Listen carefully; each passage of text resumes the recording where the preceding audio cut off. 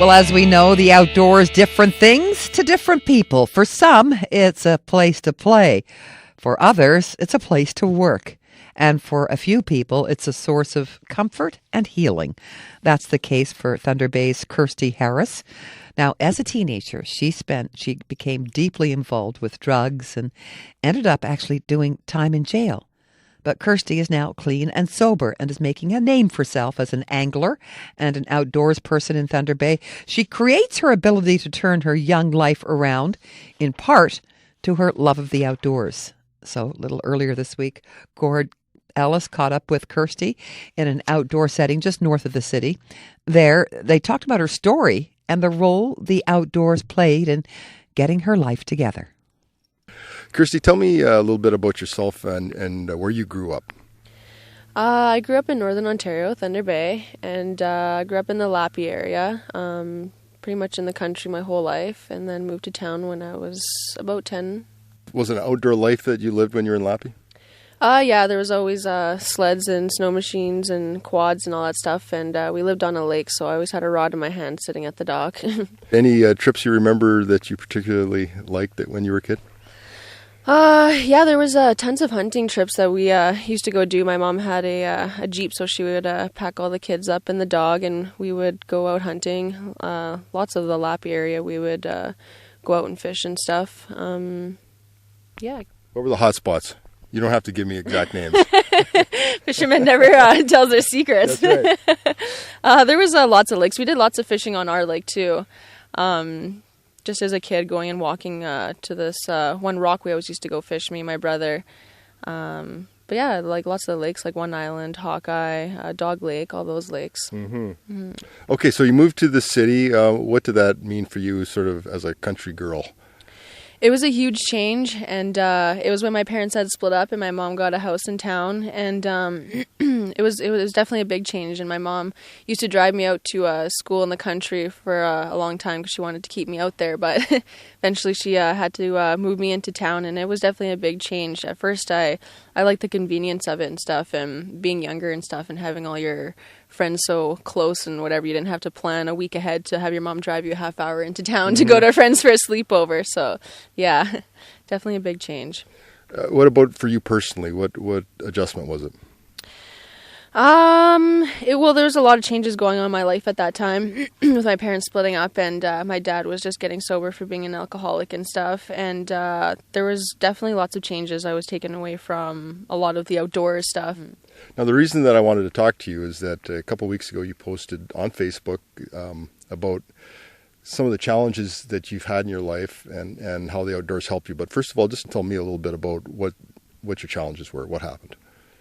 Well, it happened when I was just starting out in high school, and I had lost a group of friends. Some girl drama went on, and then my best friend had hung herself, and it was a very hard time for me to deal with that. And I didn't really have anything to turn to. I had moved to town and stuff in the outdoors, and I had lost touch with all that sort of stuff. And I was out one night, and my friend said, "Hey, do you want to try this?" And I said, "Sure," and it let me escape from reality.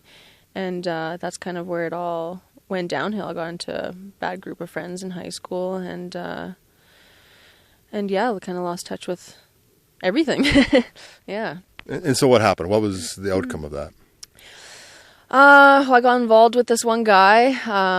We were in a really bad relationship. It was very toxic. Our pretty much only common mutual thing was drugs, and our relationship thrived off that.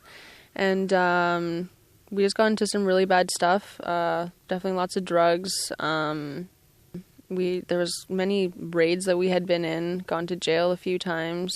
The very last time that had happened, though, I went to jail, and that's kind of the very first time I was there for about a month, and that's when I had my freedom taken away from me, and that's when I was going stir crazy, just sitting inside the whole entire time.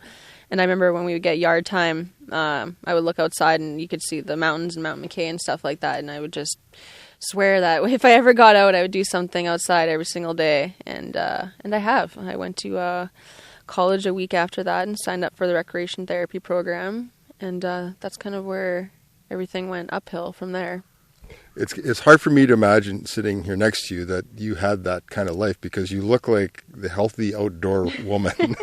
Yeah, most people say that, but I always say you can't judge a book by their cover, and I get that quite often. But I wouldn't change a second of it. So it made me who I am today, and that was definitely a lot of life experience. And I don't know, they say everything happens for a reason, and I definitely believe that. And I'm so young too. Like I got addicted when I was 13, 14 years old, and I'm 23 now. And this year will be my 5 years being sober on November 11th coming up.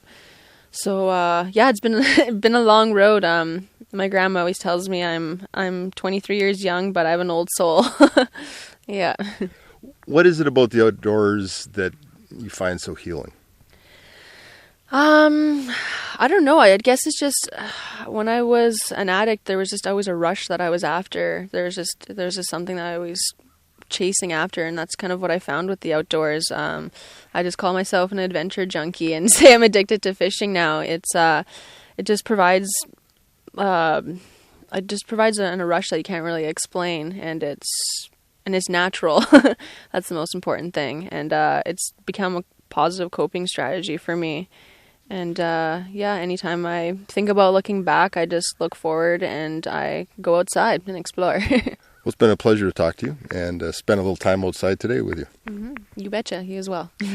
KIRSTI Harris of Thunder Bay telling her story to our outdoor columnist, Gord Ellis. Wow.